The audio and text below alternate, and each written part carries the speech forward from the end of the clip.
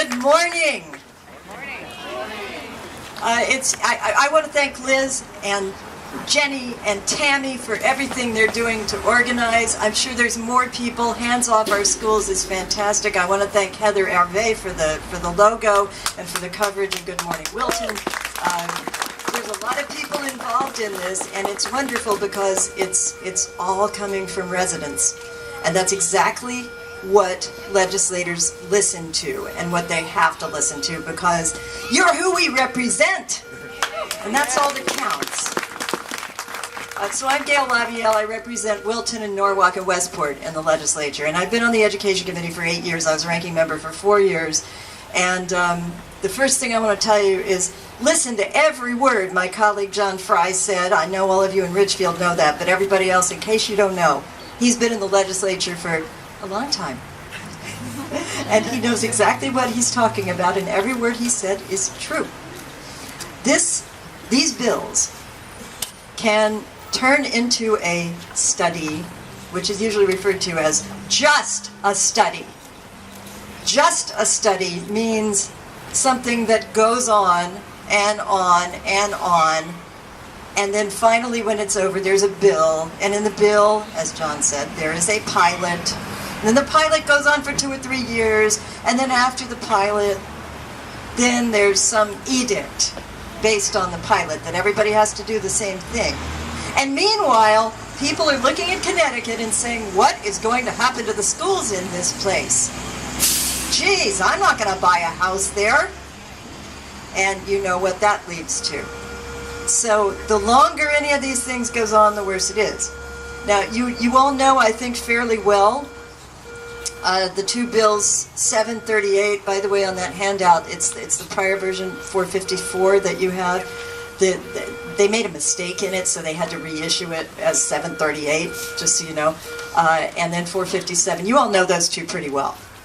But the governor introduced his own bill this week when he introduced his budget on Wednesday. And that is, gracious, Bill 874. That bill is a study already. So watch out. Because people who don't support forced regionalization can still say, I didn't support forced regionalization, but I just voted for this because it's just a study. Make sure you bring that up.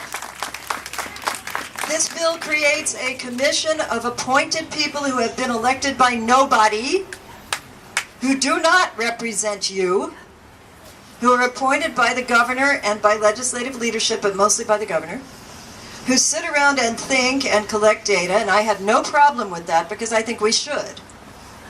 But then, on December 15th, by that time of, 2020, not 2019, but 2020, almost 2 years from now, they are supposed to turn in a report with recommendations about what to do in terms of, quote, redistricting and consolidation of schools. So we don't know what it would be.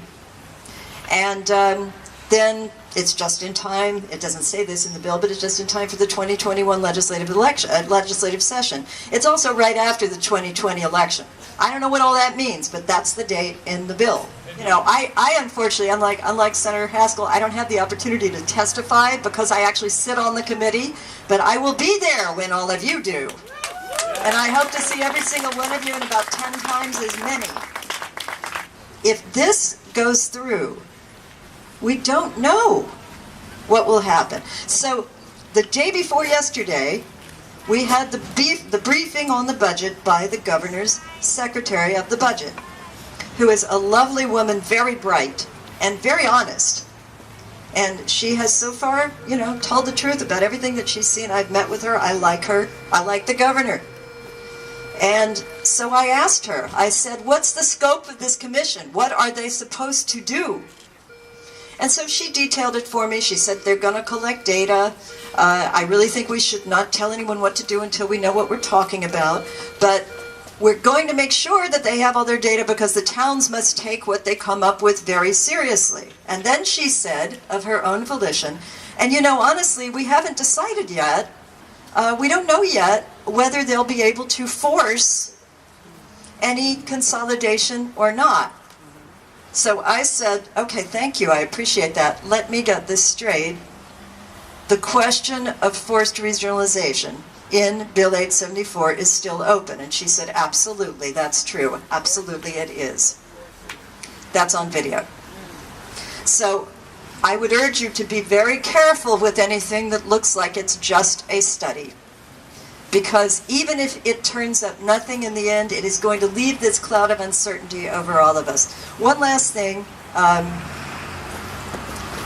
There are today a lot of us from Fairfield County here. That's normal. It's a Saturday morning. We're at home. I see New Canaan as well. There is Hands Off Our Schools, the Facebook page. I will tell you that there are people from Cheshire, from Avon, from Groton, from Canton, from lots of other towns that I'm not naming, but they are all over the state. And it's very important to realize this is not a Fairfield County issue. This affects everybody, from little tiny schools to big schools, and everything Drew said is right. There's no proof this saves money. In fact, it doesn't. Every study has shown it costs. And there is not a word, I'll repeat everything everyone else has said, there is not a word about improving the quality of education in any of these three bills, not a word.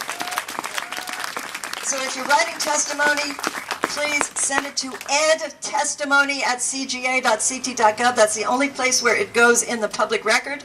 Cite all three bills, say anything you want, and please, please, please show up. Come and see us on March 1st, next Friday. We need you there. This is a governor who does listen, I think. He does want to listen. So please, please, let your voices be heard. Thank you so much.